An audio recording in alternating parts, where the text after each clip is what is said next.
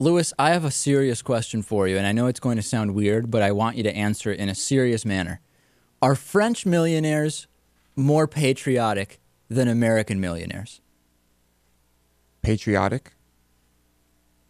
I don't know. I've never met a French millionaire. Okay. The rich French are saying to Sarkozy, please tax us more. And Sarkozy is preparing to unveil a series of budget cuts in France. And some of his country's richest citizens are asking him to take more of their money. And billionaire L'Oreal heiress Liliane Bettencourt and 15 others have signed a petition urging the government to hit the wealthiest French with this one-time tax. Now, you'll remember Newt Gingrich once proposed a similar one-time tax. Or no, I'm sorry, Donald Trump once proposed a similar one-time tax in the U.S. in the 90s at some point. I don't remember exactly when it was. And in general, Warren Buffett has been saying this recently. Well, we'll get to the Warren Buffett thing. Absolutely. You know where I'm going. And the French rich who are proposing this are saying it should be a reasonable one-off special tax. And they say, according to the petition, we are aware that we have benefited fully from a French model and European environment to which we are attached and that we want to help preserve. At a time when the public deficit and the prospect of an aggravation of public debt threaten the future of France and Europe, it seems necessary that we contribute. That sounds incredibly patriotic for all of the stuff that Bill O'Reilly says about the French. Remember Boycott France? Mm-hmm. And freedom fries instead of French fries from good friend of the show, former Congressman Bob Ney. But he knows I don't agree with him on the freedom fries thing. It sounds to me incredible that we consider the French to be less patriotic when it's the American millionaires who are saying, I earned a right to keep my money.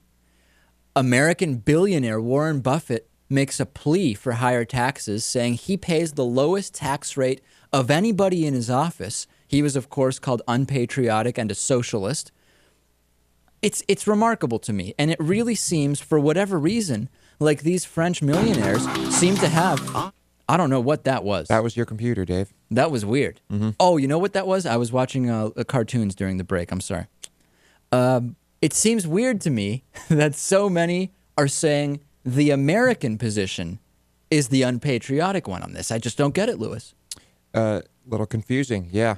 I'm gonna go back and say that I think the French millionaires are more patriotic. Well, there's a discussion that we have to have here also, Lewis, which is that the anger many Americans seem to have about taxes might be different if the services that we received from the government were as good as the ones that Europeans are receiving.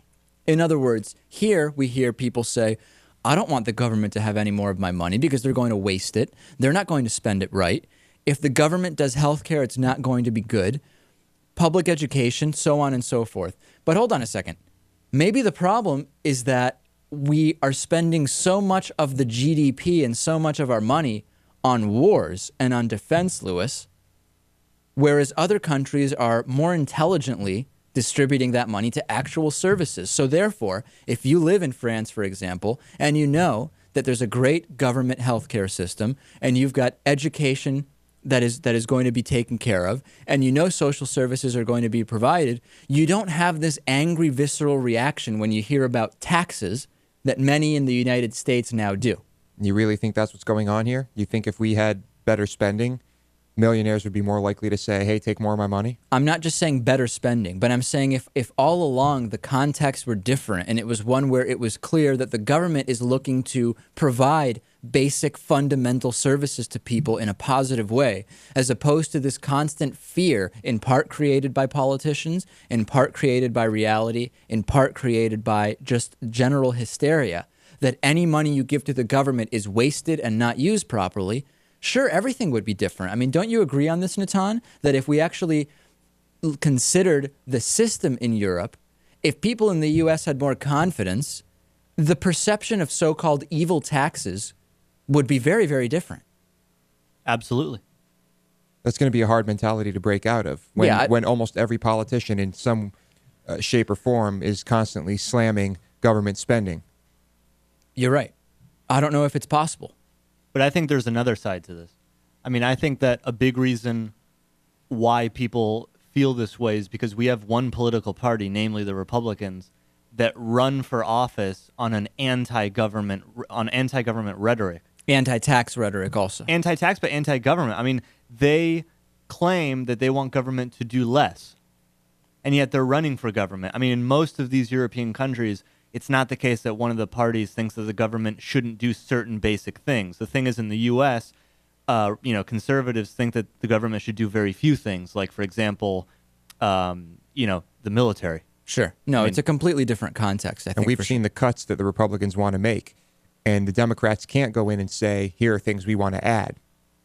You just can't do it. They can, but you know how it's all pork, it's all it's too much spending, it's the wrong spending, it's socialist spending. Right. Yeah, it's a hard narrative to break out of. Let's take a break. Make sure to like the David Pakman Show on Facebook, facebook.com/David Pakman Show, and pick up a David Pakman Show t-shirt at davidpakman.com/gear. Stay tuned, plenty more coming up.